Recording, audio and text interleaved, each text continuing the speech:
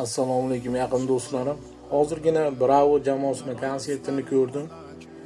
Juda zo'r konsert bo'libdi. Bu reklama emas, reklama uchun pul ham olganimiz yo'q. Bu shunchaki sizlarga tavsiya.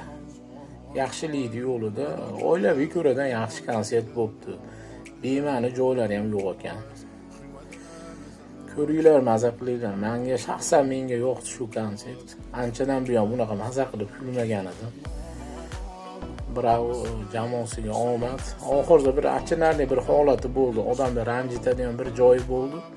Bu joy shuki, Otabek Mirzaxolov boshqa konsertga chiqmayman, shu oxirgisi degan joy ozgina endi qalbimiz og'ritdi. Sababi Bravo jamoasi Otabek Mirzaxolov bilan birga butun jamoa edi menimcha. Ko'ringlar, konsert juda zo'r bo'lib, shaxsan menga yoqdi. Oilaviy ko'rsanglar ham bo'laveradi. Unaqa bema'ni joylar menimcha yo'q. Yaxshi konsert bo'ldi.